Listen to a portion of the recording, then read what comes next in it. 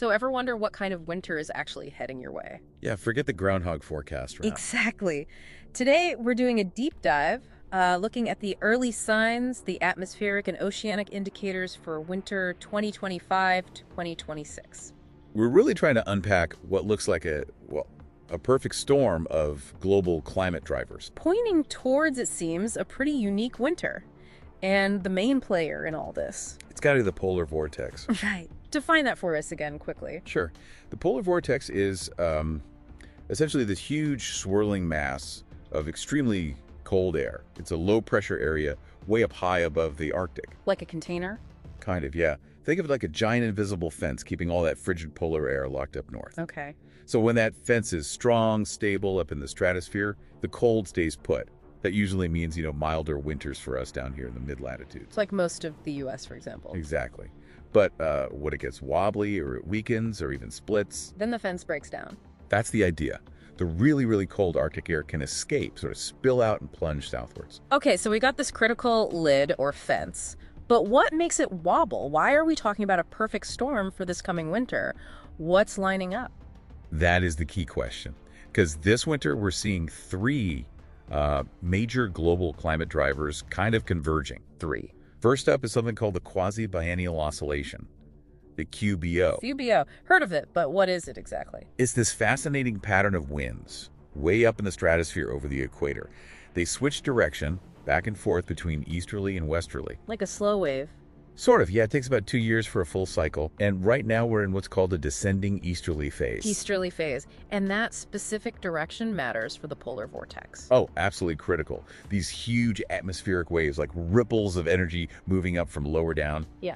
The easterly QBO helps boost them. Boost them. Yeah, it gives them more oomph. So they can travel higher and basically slam into the polar vortex, disrupting it. Makes it weaker, less stable. Got it. So the QBO is like an amplifier for disruption. Factor one. What's number two? You mentioned something about Arctic sea ice. That's right. Factor 2, Arctic sea ice loss. It's not looking good.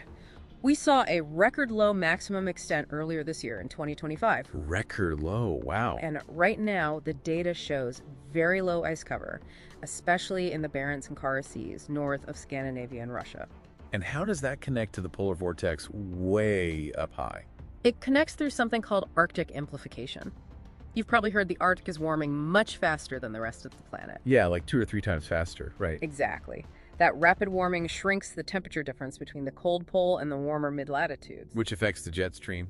Precisely. It weakens the engine driving the jet stream, making it slower, more wavy, more meandering. And that instability reaches upwards, helping to destabilize the polar vortex. Okay, so a warmer Arctic paradoxically helps cold air escape south. In a way, yes. And here's the really interesting bit. Specifically, low ice in that Barents-Kara Sea area when combined with an easterly QBO. The first factor we talked about. Right, that combination is like a textbook setup for a weaker polar vortex.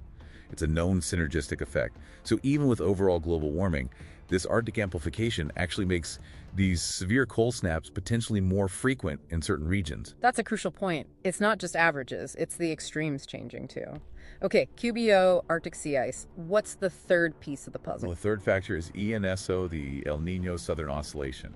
El Nino and La Nina. Okay. What's the forecast there for winter 25-26? Well, the forecasts are currently leaning towards either a weak La Nina or maybe just ENSO neutral conditions. Nothing too strong either way. So maybe less of a driver this year? Potentially. And here's an important nuance. The direct correlation, the link between ESO and how strong the polar vortex is, seems to have actually weakened quite a bit since the mid-1990s. Really? Why is that? That's a whole other deep dive. But the point is, you can't just look at ENSO anymore and say, okay, La Nina means X for the vortex. It highlights why the alignment of multiple factors, like we're seeing now with the QBO and sea ice, is so critical for getting a strong forecast signal. Right, it's a combination that packs the punch. Okay, so these big forces are messing with the stratosphere. How does that actually change, whether I need a heavier coat or not? How does it affect my weather? Good question. It's not immediate, obviously. This involves something called stratosphere-troposphere coupling. Stratosphere to troposphere, our weather layer. Exactly. Think of it like a signal or dominoes falling. When the stratospheric polar vortex gets disrupted, that disturbance works its way downwards. How long does that take? It can take around 2 weeks, give or take, which is actually great for forecasting. It gives us some lead time. 2 weeks notice for a potential cold blast. Okay. Yeah. And the consequence down here in the troposphere is that the jet stream becomes much less stable. It gets really wavy, loops far north and south, kind of rambles around. And those southward loops bring the cold air. They absolutely do. That's how you get these big plunges of frigid Arctic air pushing deep into places they normally wouldn't reach. And sometimes these patterns get stuck. Stuck. Yeah, we call them blocking patterns. Usually big high-pressure systems that just sit there, sometimes for days, even weeks, refusing to move. They can lock that cold air in place. Like the Texas freeze in 2021? Was that related? That was a prime and devastating example of what can happen when a piece of the weakened polar vortex breaks off and allows Arctic air to surge south, getting locked in by a blocking pattern. Shows the real-world impact. Okay, so putting it all together for this winter, 25-26, based on the QBO, the sea ice, the ENSO state, what are the potential regional impacts looking like? Well, based on these indicators, for North America, the setup suggests a tendency towards colder temperatures and potentially more snow across the northern and central states. The southern and southwestern U.S. might lean milder. And across the pond in Europe. For Europe, this pattern often favors prolonged dry and cold spells in northern Europe, while southern Europe might see milder, maybe wetter conditions.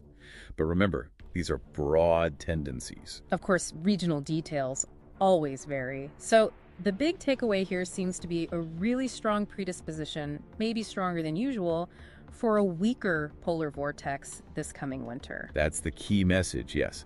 A weaker vortex leading to a more dynamic, potentially more extreme winter in the mid-latitudes, all because these different factors are lining up just right. Which leads to a final thought, doesn't it? It really does. Yeah. It raises this important question. With the Arctic continuing to warm so fast, this Arctic amplification trend isn't going away. It suggests the polar vortex might be becoming, fundamentally more vulnerable to these kinds of disruptions. Well, this winter might be a preview. It could be indicative of an ongoing challenge. So, something for you listening to consider as you watch the weather unfold this winter and in the future. How are these huge atmospheric shifts playing out against natural cycles, reshaping our seasons? It's definitely something to keep an eye on.